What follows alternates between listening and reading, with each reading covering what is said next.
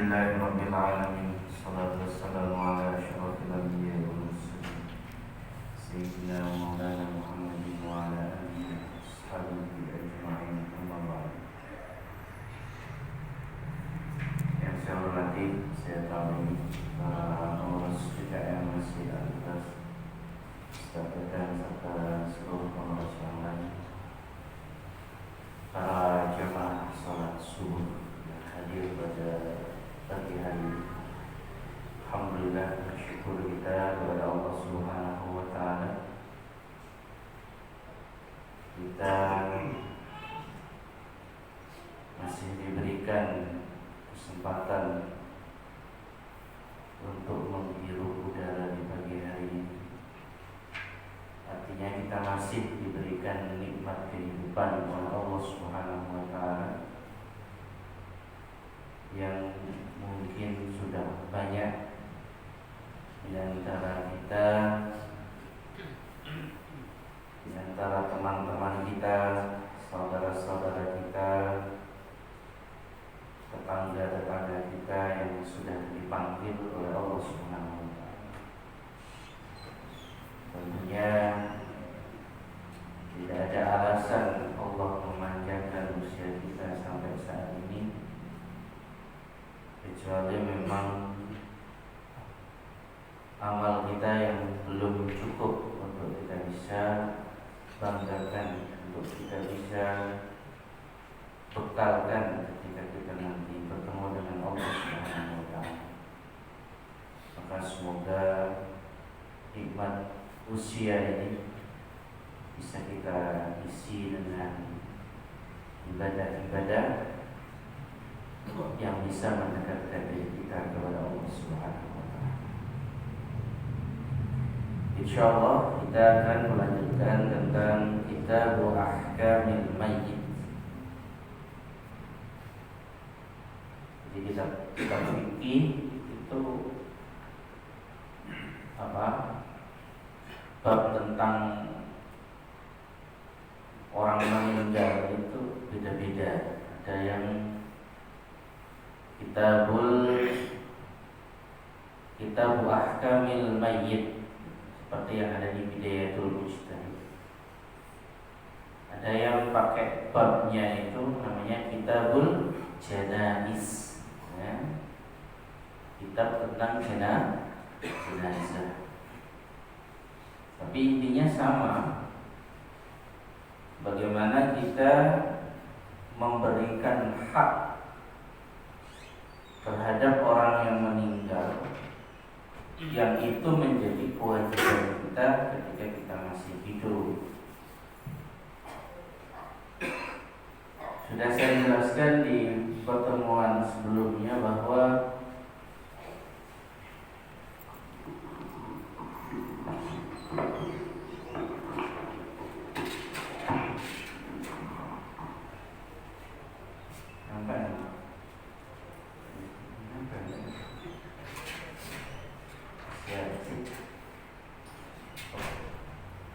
sudah saya jelaskan di pertemuan sebelumnya bahwa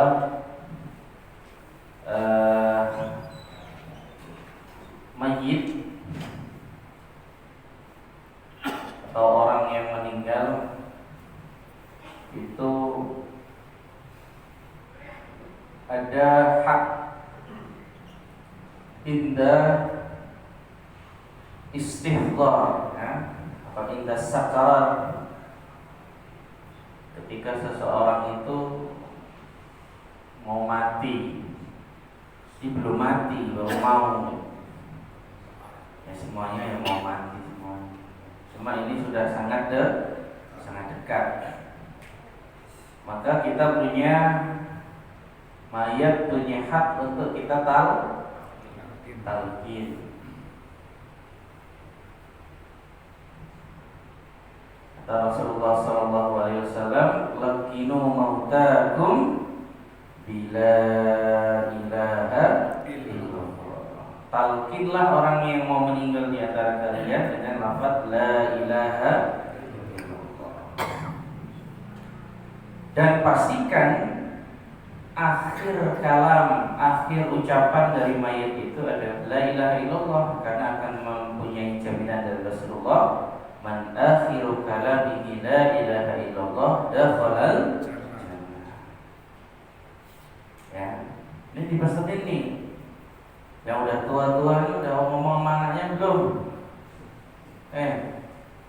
Siapa yang udah tua-tua ini?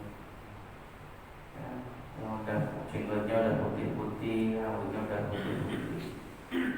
Nah, kalau aku sakaratul maut jangan ditinggal ya, itu pesan. Ya. Tapi kalau anak soleh tidak usah dipesetin, udah paham. Ya. Sakarat. Kemudian yang kedua adalah indal maut, ketika dia sudah meninggal. Ketika sudah meninggal, maka kewajiban kita yang masih hidup, dan ini menjadi hak dia, adalah 4 hal. Yang pertama, taghsiluhu, memandikannya. Yang kedua, takfinuhu, mengkafaninya. Yang ketiga, sholatuhu, mensolatinya. Keempat, dafnuhu, menguburkannya, mengantarkannya ke kuburan dan menguburkannya. Itu menjadi hak dari mayit. Ini sudah kita bahas talqin. Kemudian ada hakul mayyit, ada ahlul mayyit. Kalau ahlul mayyit haknya kemarin apa? Takziah. Ini juga sudah kita bahas. Jadi kalau haknya ahlul mayyit, keluarga mayat, adalah takziah. Ya, sudah kita bahas tentang takziah kemarin. Insyaallah kita akan membahas tentang haknya mayat. Masih ingat doa takziah kemarin? Repot langsung nih Pak. Masih balik innalillahi wa inna ilaihi rajiun. Wa maghfir lahu. Gimana? Doa takziah? Rahimakallah wa ajrah. Yang pendek itu dia boleh. Yang panjang, a'dhamallahu ajraka. Terus wa ahsana azaka. Terus wa rahimallahu mayyitaka. Baik. Nah, setelah kita mengetahui hakul mayyit, haknya orang yang meninggal itu adalah dimandikan, dikafani, disolatkan, diantar dan dikubur. Pertanyaannya, man awlan nasi bihaqqil mayyit? Siapa yang paling berhak melakukan 4 hal ini? Halo? Yang paling punya hak untuk memandikannya, mengkafaninya, mensolatinya, menguburkannya. Siapa yang paling punya hak?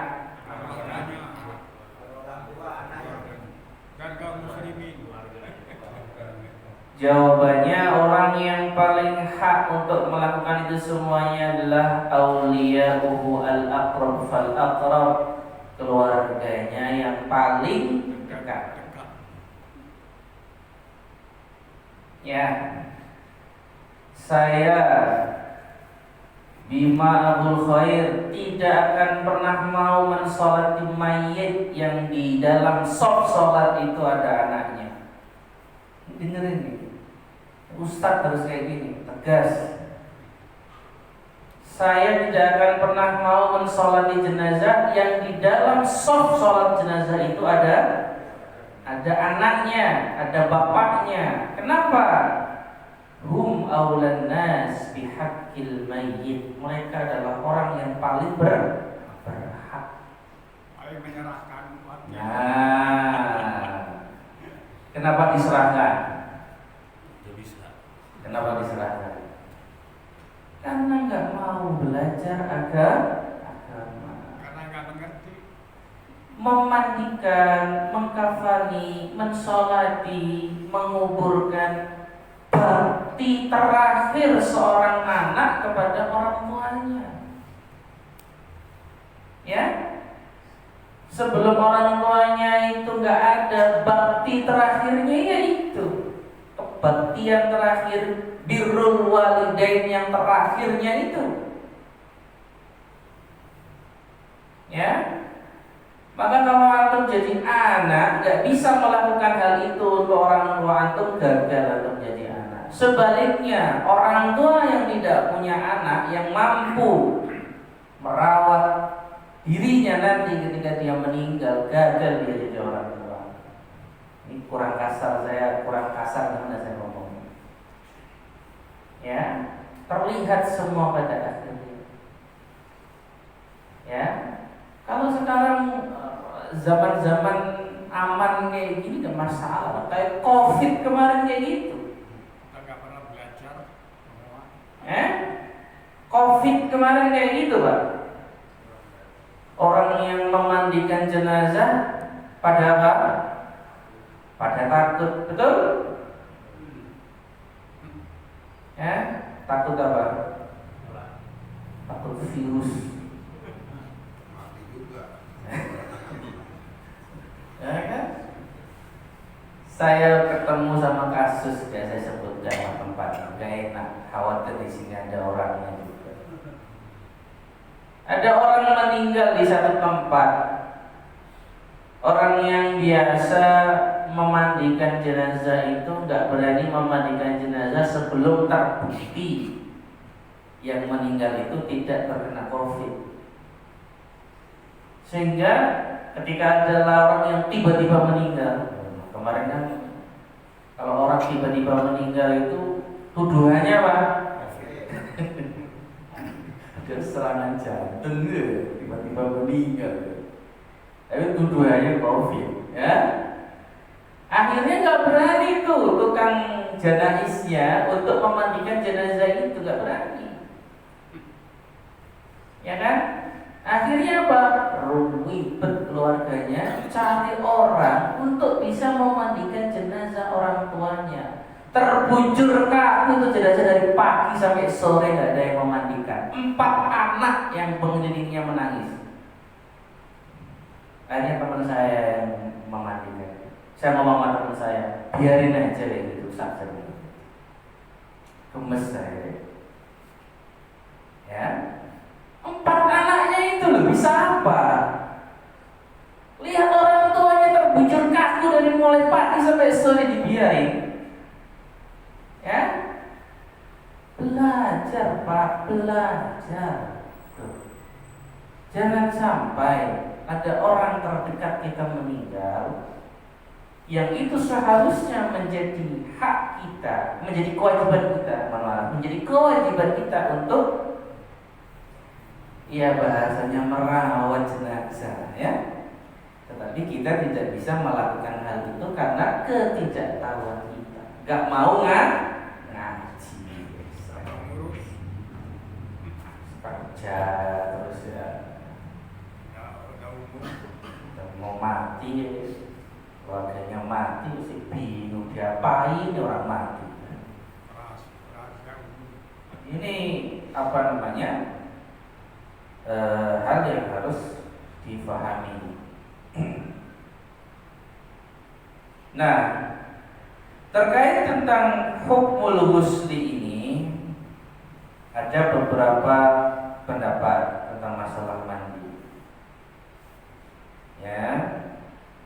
Yang pertama adalah fi hukmihi, tentang hukumnya. Bagaimana hukumnya ghusl mayyit, memandikan orang yang meninggal. Yang kedua, fi man yajibu ghasluhu minal mauta. Mayat bagaimana yang bisa dimandikan.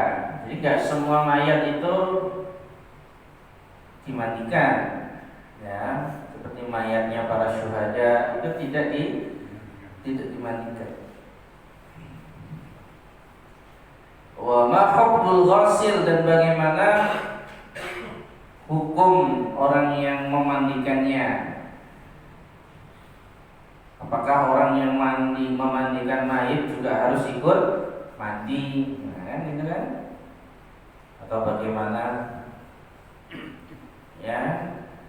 Yang terakhir adalah sifatul ghusli, bagaimana cara seseorang itu memandikan, caranya itu bagaimana, memandikan jenazah itu bagaimana. Yang pertama adalah tentang hukmul ghusli, bagaimana cara memandikan jenazah, hukum memandikan jenazah. Fa innahu qila fi innahu fardun 'alal kifayah. Ya. Pendapat mayoritas ulama itu hukum memandikan jenazah adalah fardu kifayah. Fardu kifayah itu apa? Fardu kifayah itu apa? Kewajiban yang ketika dilakukan oleh sebagian orang, maka gugur kewajiban itu atas yang lainnya, namanya fardu kifayah.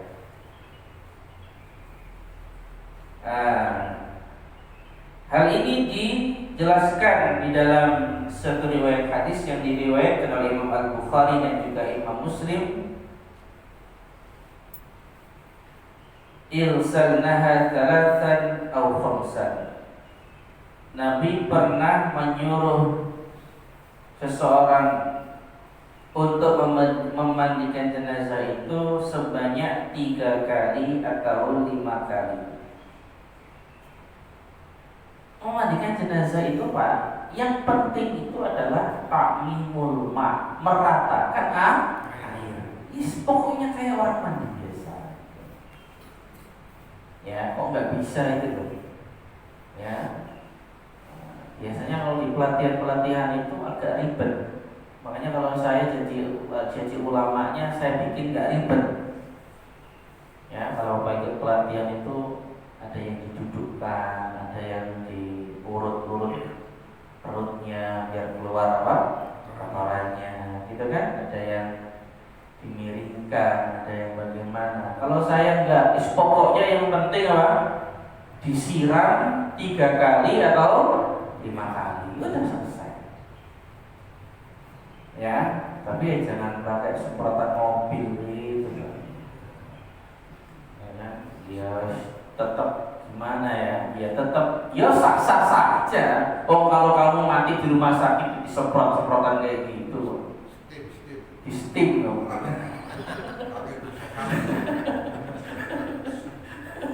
Sabunnya pakai sabun salju, keren kan?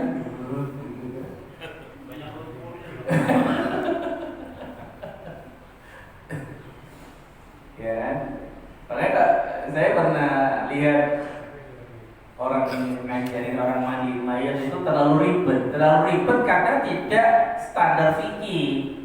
Karena standarnya adalah tajribah itu ya pengalaman gitu ya. Standarnya standar pengalaman. Kalau fikih enggak, fikih itu ya aksilhu talasan atau khamsan. Yang penting kau basuh 3 kali, 5 kali. Nah, yang penting bersih. Gitu. Ya. Nah, makanya dibuka bajunya. Biasanya kalau sudah meninggal itu kan kaku ya. Nah, itu biasanya dipotong, bajunya dipotong, ya. Habis dipotong ya dimandiin. Apakah harus kepala dulu? Nah, kalau bisa pertama itu memang harus dibersihkan kemaluannya, najis-najisnya yang di kemaluan itu dibersihkan. Ya. Pakai apa? Atau pakai sarung tangan. Gitu loh. Ya biasa kayak orang mandi aja. Setelah dibersihkan, dibasuh 3 kali, 5 kali, ya kan? Nah, ada yang pakai bidara, ada yang pakai kapur barus. Nah, itu biasanya di akhirnya itu pakai itu, ya. Setelah dimandikan kemudian keluar najis dari mana? Ya dibersihin saja, dibersihin najisnya, tidak usah dimandiin lagi, tidak apa-apa, ya kan? Udah keluar harus dibersihin, ya. Selesai mandinya, mandi besar gitu ya, kemudian keluar najis, ya dibersihin lagi. Gitu. Jadi saya ngajarnya nggak ribet. Karena kalau saya nanti jelaskan dalam teknis yang panjang, nanti antum akan berpikir ribet. Makanya saya nggak mau. Pokoknya basuh berapa? 3 kali, 5 kali, udah selesai. Ya ada yang ngajarinnya harus di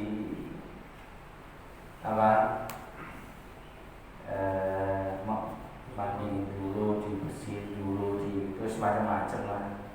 Dan dimiring-miringin segala gitu. Pokoknya yang penting kasih steam gitu aja. Pakai tangan bersih, sudah selesai. Itu orang atau hukum tentang mandi. Yang kedua, fi man yajibu ghusluhu minal mauta. Siapa yang wajib, mayat apa yang wajib dimandikan? Ya. Fa innahum ittafaqu min dzalika ala ghusl mayyit al-muslim alladhi lam yuqtal fi ma'rakati harbil kufar. Jadi mayat yang bisa dimandikan adalah mayatnya seorang muslim yang tidak dibunuh pada peperangan bersama dengan orang-orang kafir. Jadi kalau mayatnya syuhada tidak usah dimandikan, Karena tidak dimandikan ya langsung dikubur, tidak usah juga disolatkan. Karena perhatikan Pak ya, ritual sholat itu setelah mandi. Tapi berarti kalau nggak ada mandi berarti nggak ada sholat. Nggak dikafani, Ustaz. Tidak. Bajunya saja. Bajunya yang dipakai itu yang menjadi apa? Kafannya. Menjadi kafannya. Itu kalau nggak cukup. Apa yang tidak cukup? Nggak cukup gimana? Tertutup semua. Tidak tertutup semuanya. Ada kisah itu. Mus'ab bin Umair. Tahu tak Mus'ab bin Umair? Jadi hanya auratnya aja. Iya. Itu kisahnya Mus'ab bin Umair. Orang yang dikirim Nabi untuk mengislamkan orang Madinah. Orang kaya, terpandang, sukses. Kalau dulu itu orang mensifati Mus'ab bin Umair itu ganteng, kaya, bajunya bagus, ya. Kemudian masuk Islam, dikirim sama Rasul ke Madinah untuk jadi delegasinya Rasul untuk mengislamkan kota Madinah. Jadi Nabi sebelum ke Madinah itu Mus'ab sudah dikirim ke Madinah. Ya, meninggal Mus'ab dalam perang Uhud kalau tidak salah. Ya, kalau nggak perang Badar itu meninggal Mus'ab. Ya, orang menangis gara-gara apa? Ketika bajunya yang dipakai itu kalau ditarik ke atas, nutup ke atas terlihat bawahnya, kalau ditarik ke bawah terlihat atasnya, saking sedikitnya. Ya, makanya dulu sahabat yang meninggal pada waktu perjuangan itu senang, tapi kalau meninggalnya pas waktu sudah futuh, pas waktu Islam sudah jaya, kayak Amr bin As itu ketika meninggal itu menangis, mau meninggal itu menangis. Kenapa? Gimana nasibku ini? Jangan-jangan perjuanganku ini sudah dibayar dengan kejayaan yang sudah aku nikmati ini. Ya, kalau orang-orang yang meninggal di waktu perjuangan kan berarti tidak mendapatkan apa? Tidak mendapatkan apa istilahnya itu? Ya, reward ya, hadiah ketika masih hidup, sehingga pahalanya diberikan ketika apa? Ketika meninggal. Tapi kalau sudah jaya hidupnya, pokoknya bajunya saja yang dipakai, bajunya saja. Kata Rasulullah Sallallahu Alaihi Wasallam dalam hadis riwayat Imam Al Bukhari, anna Rasulullah Sallallahu Alaihi Wasallam amara bi qatla Uhudin fadafanu bi thiyabi. Nabi Muhammad memerintahkan untuk mengumpulkan orang-orang yang meninggal pada perang Uhud, kemudian apa? Mereka dikubur dengan baju-baju mereka.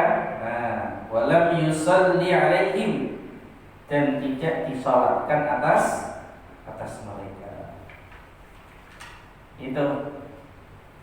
Ya, walaupun ada khilaf Ustaz, ada sebagian yang tetap menyarankan kalau mampu, kalau sanggup ya dimandikan. Tapi yang sahih, yang yang as-shah ini adalah tidak dimandikan. Lalu bagaimana ketika yang meninggal itu adalah mayat yang tidak beriman? Ada orang punya ada anak muslim, bapaknya kafir, bapaknya meninggal. Gimana, Pak? Apakah si anak boleh memandikan orang tuanya? Wa qala Syafi'i, dan Imam Syafi'i rahimahullahu ta'ala berkata, la ba'sa bi ghuslil muslim qarabatuhu minal musyrikin. Tidak masalah, ya, memandikan kerabatnya yang musyrik, ya, itu tidak apa? Masalah. Wadafnuhu, dan menguburnya, tidak masalah. Ya, yang terpenting wala yusalli alaihim. Yang tidak boleh adalah apa? Mensolatinya, mendoakan rahmat, mendoakan ampunan. Tidak boleh, Pak. Ya, hati-hati ya. Nah, ini beratnya nih. Kalau beda server nih kayak gini. Golongannya sendiri kan. Iya, makanya kadang anak tuh lihat orang tuanya meninggal dalam keadaan belum Islam, pasti namanya lidah itu pengen apa? Pengen ngedoain. Jadi antara anak dengan orang tua sudah pisah, nggak ada hak. Bukan nggak ada hak kebaktian masih ada, tapi baktinya tidak boleh diwujudkan dengan bentuk doa. Nggak boleh. Ya, Sudah terpisah. Kalau sudah meninggal ya selesai, mandiin. Kalau orang non-muslim itu siapa ya? Dikasih jas gitu ya. Ya. Kenapa sih kalau kita kok cukup kain putih, kalau mereka keren-keren gitu? Pakai dasi. Bahkan ada satu pekerjaan yang mungkin Bapak berminat, jadi tukang rias jenazah. Dulu kan jenazah sholat itu dirias, Pak, dibedakin bibirnya, terus dikasih jas gitu ya, terus ditaruh di peti, ya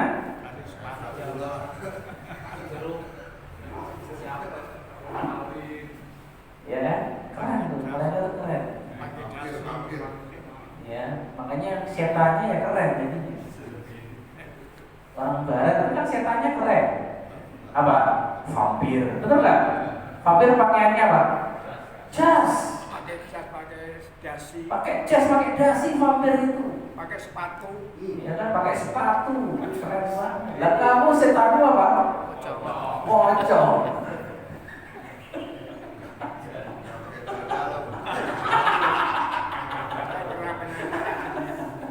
Karena pocong jalannya ya ngesot, lompat orang diikat kakinya. Gimana? Kalau vampir enggak, vampir lari, Pak.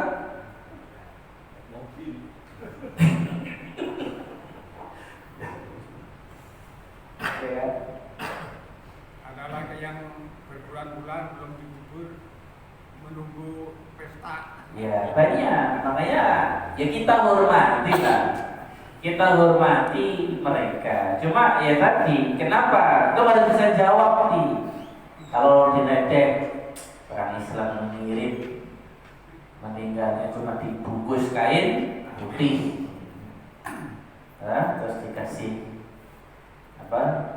Ngikatnya itu pakai kain gitu aja. Islam tidak suka takzir. Betul Pak? Mubazir. Islam tidak suka mubazir. Jas itu daripada dibuat si mayit, mending dipakai. Benar nggak Pak? Nggak suka kita. Makanya kenapa orang Islam itu pakainya kain apa? Kain mori, ya mengurangi takzir. Ya, bahkan sekaya apapun antum, kalau kain mori itu terbuat dari kain yang mahal, ya, itu nggak disarankan. Kainnya yang biasa saja.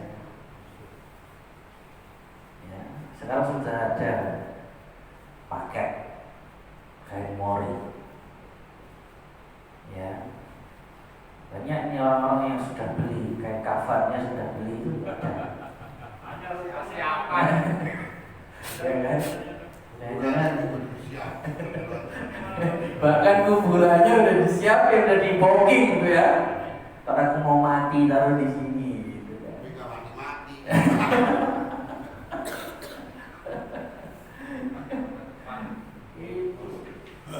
Mau mati ntar aku mau meninggalnya di samping sini. Pak, antum kuburannya samping-sampingan, tapi kalau derajat ruhmu itu beda, tetap nggak bisa bareng. Nah, mana antum pikir kalau satu liang lahat terus bisa bareng itu di akhiratnya? Ngobrol itu. Orang repot. Tapi kalau antum meninggal, kau dikubur di Mekah, istrimu dikubur di sana tuh, bumi ayu namanya. Tapi amalmu setingkat, kesolehanmu setingkat, itu bisa saling menziarahi, gitu loh Pak. Jadi yang penting itu adalah amalia. Makanya saya punya teman meninggal, ibunya itu COVID. Ya, awal-awal COVID Pak, dikubur di Tangerang. Ya, kuburannya awal di Tangerang sebelum di Rorotan ya. Tangerang. Nah, bapaknya sudah meninggal dikubur di kampung, maknya akhirnya dikubur di Tangerang. Ya, setahun setelah COVID diambil Pak, dipindahkan. Ya. Jadi saya kan ahli fikih Pak. Enggak boleh. Itu hadku hurmatil mayit, merusak kehormatan si mayit. Iya, kalau mayat itu soleh, baik, kemudian masih wangi, kain kafannya masih bagus, betul Pak? Lah kalau sudah jadi bangkai, baunya busuk, ya kan? Itu kan hadku hurmatil mayit, merusak apa? Kehormatan apa? Mayit. Ini kalau beragama pakai otak tuh ya kayak gitu. Kamu pikir kalau kuburannya sampingan terus apa? Ngobrol gitu. Ngopi. Pak, Gimana? ada orang yang meninggal kain kafannya pakai kain ihram. Itu gimana itu? Iya kain, nggak ada harus kain ini nggak ada. Ya kalau aku tanya apakah boleh, pertanyaannya boleh apa enggak? Ya boleh saja. Yang penting menutupi seluruh tubuhnya, tidak masalah. Kalau kain ihram ya nggak masalah. Siap-siap dicatat. Ya. Iya, saya kain ihramnya ada banyak ya.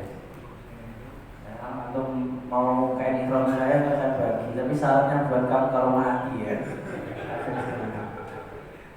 Saya umroh berkali-kali itu berkali-kali beli ya, kasih kain ihram. Lalu mau saya kasih, tapi syaratnya buat mati nggak saya kasih. Enggak masalah, boleh saja. Ya. Kalau anak yang masih bayi dari orang kafir itu gimana? Gini, ketika yang meninggal itu anak, nggak usah bayi lah, anak sebelum balik, betul? Ya, Tapi dari keluarga non muslim, betul? muslim. Bagaimana? Diserahkan kepada orang tuanya. Kullu mauludin yuladu 'alal fitrah. Setiap anak yang dilahirkan itu dalam keadaan suci. Fa abawahu yuhawidanihi aw yunassiranihi aw yumajjisanihi, kata Rasul. Orang tuanya yang menjadikannya Yahudi, yang menjadikannya Nasrani, yang menjadikannya Majusi. Berarti perawatan atau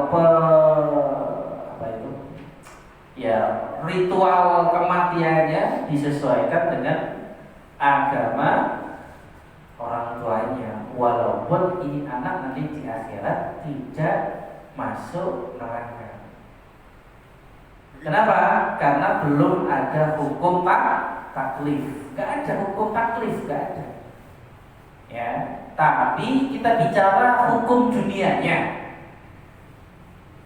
Ya, hukum dunianya disesuaikan dengan agama orang tuanya, hukum dunianya. Tapi di akhiratnya anak ini tidak masuk ke dalam neraka. Masuk ke mana? Tahta masyiatillah.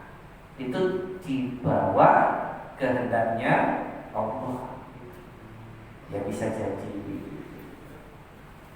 ya pelayan surga atau mungkin jadi apa. Tapi yang jelas tidak disiksa karena dia belum mukallaf. Gimana Pak? Ada yang lain? Kalau jenazah ditumpuk, ditumpuk, misalnya nanti kayak itu termasuk rusak. Hukum menumpuk jenazah ketika belum dipastikan rusak nggak boleh. Makanya kalau antum ke Arab Saudi minimal jenazah itu ditumpuk tuh 4 tahun, kalau tidak 5 tahun. Di sini 3 tahun. Ya. Di Indonesia. Di Indonesia 3 tahun. Ya. Pokoknya kalau sudah diyakini mayat itu meninggal, maka boleh ditumpuk. Ya, mayat itu rusak itu sudah habis semuanya, maka boleh ditumpuk. Tapi ketika digali kemudian ada kain putihnya masih ada yang lain-lain, nggak boleh. Tetap harus dikembalikan kepada aslinya. Paham ya? Jadi udah digali selama terlihat mayatnya tidak terlihat masih ada gitu ya, maka dikubur lagi. Tidak boleh ditumpuk. Karena hukum menumpuk asalnya nggak boleh. Ya sama, suami istri meninggal kecelakaan. Boleh nggak satu liang lahat menjadi 2 kuburan? Boleh nggak? Nggak boleh. Ya, kecuali jadi menumpuk, menyampur kayak gitu tuh nggak boleh. Hukum aslinya nggak boleh. Bolehnya kapan? Ketika terjadi bencana, banyak orang meninggal, nggak mungkin satu-satu dikubur sehingga pakai alat apa? Keren banget nih Muhammad. mati aja pakai itu alatnya kan. Buat terus masukin satu-satu terus dikubur. Itu boleh kalau ada bencana, kalau ada usul. Tapi kalau dalam keadaan normal nggak boleh. Satu mayat ya satu lubang. Karena itu termasuk hormatul mayyit, menghormati orang yang meninggal. Ya, itu saya pernah itu. Ya. Kalau dalam satu keluarga yang meninggal seumpamanya bapaknya, tapi keluarga itu tidak mempunyai anak laki-laki, keluarga dari pihak lelaki juga jauh, yang berhak untuk memandikan itu gimana? Baik. Bagaimana ketika dalam keluarga itu yang meninggal bapaknya, sedangkan tidak ada anak laki-laki?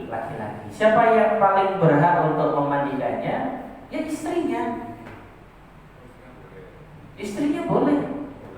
Rasul itu kalau bercanda sama Sayyidah Aisyah, kalau aku mati dulu kamu yang mandiin aku. Kalau kamu mati dulu aku yang mandiin kamu. Keren kan bercandanya? Ngomong sama istrimu.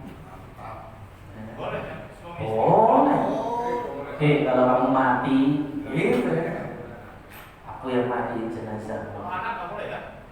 Kalau anak Sebenarnya kalau bicara boleh saja. anak perempuan laki. Iya kan? Kalau perempuan pun boleh, kalau anak boleh saja. Ini kan bicara siapa yang paling berhak. Berhak itu bukan ke anak saja, ke pasangan juga masuk. Ya, pasangan juga apa? Juga masuk di pasangan.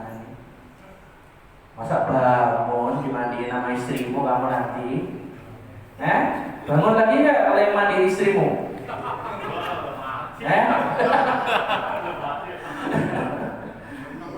Kata bapak.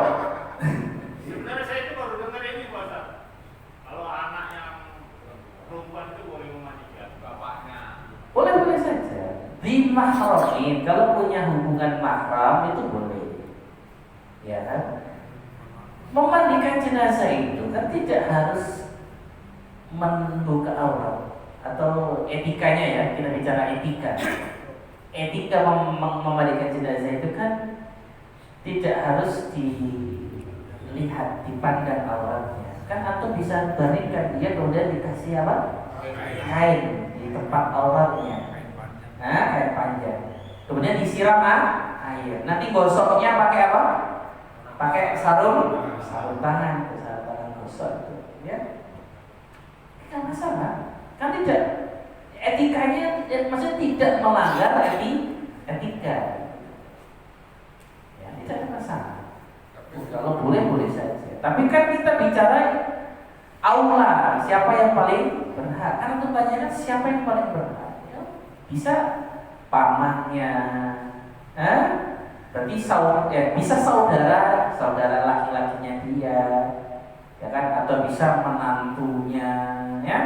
Nggak punya anak laki-laki, kan bisa menantunya, atau bisa, pokoknya memandikan itu yang paling berhak adalah koroba, kerabat. Yang paling berhak itu kerabat. Ya orang jenazah tetap harus ada untuk memantau, tapi nggak usah turun tangan, gitu loh Pak. Kayak mengkafani, ya keluarganya lah. Kalau aku nggak bisa ya tanya gimana nih cara ngafaninya. Ya kan, berarti digelar dulu, nanti begini, nanti diikat, nanti diikat. Gampang Pak. Masa kita nggak mau hikmah untuk yang terakhir untuk keluarga kita. Silakan. Untuk memandikan mayat itu dia meninggal kan jam 9 malam, jam 10 malam. Iya. Ternyata di makam akhirnya kan pagi, dia makam pagi. Iya. Itu lebih baik itu pada saat jam 10 atau jam 11 malam, besok paginya dimandikan jenazah. Sebenarnya ada kesunahan untuk takjil menyegerakan prosesi ini, itu harus disegerakan. Ya entah memandikannya, mengkafaninya, mensolatinya, Ya, itu ada sunnah takjil, menyegerakan, ada sunnahnya. Tapi perhatikan dulu, ada penelitian kedokteran yang disebut dengan mati apa? Mati suri. Paham nggak ya? Perhatikan. Orang tuh kalau terhenti nafasnya, langsung dikubur. Ngawur aja. Begitu dilihat, nafasnya udah nggak ada, langsung mandiin, kafanin, kubur, mati kubur. Gak gitu, gak juga gitu. Ya, ditunggu berapa jam. Tanya sama dokter, tanya sama ahli medis. Karena mati suri itu kalau penelitiannya ada, jadi jantungnya itu berhenti sejenak, mungkin lelah ya, mungkin lelah ya.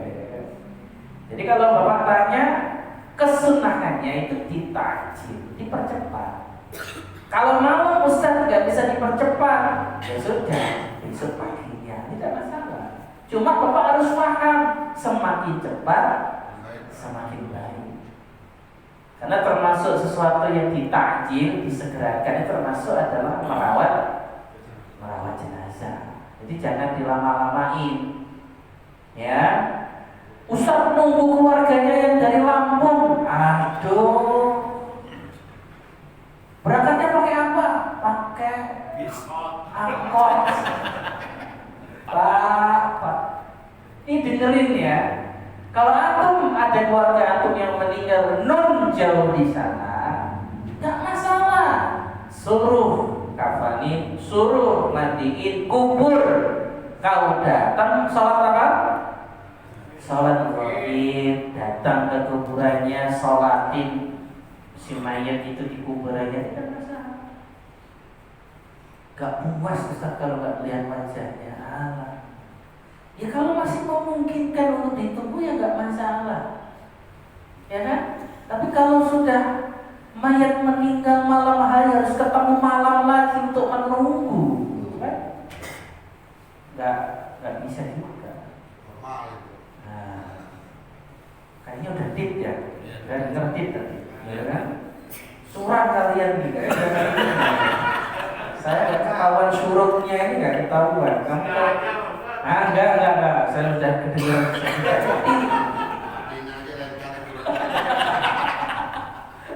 Anggap aja bonus.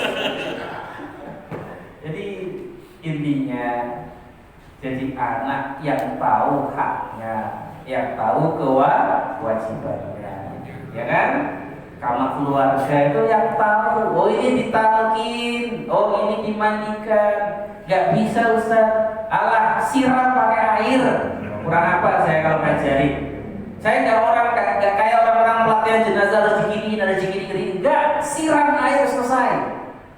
Susah-susah kalau diajarin yang susah malah gak mau. Bersih gak? Pokoknya bersih, rata, kena air semua badannya, oke, sudah, itu aja. Harus diwuduin kalau bisa. Nah itu pun ada khilaf di antara para ulama, ya kan?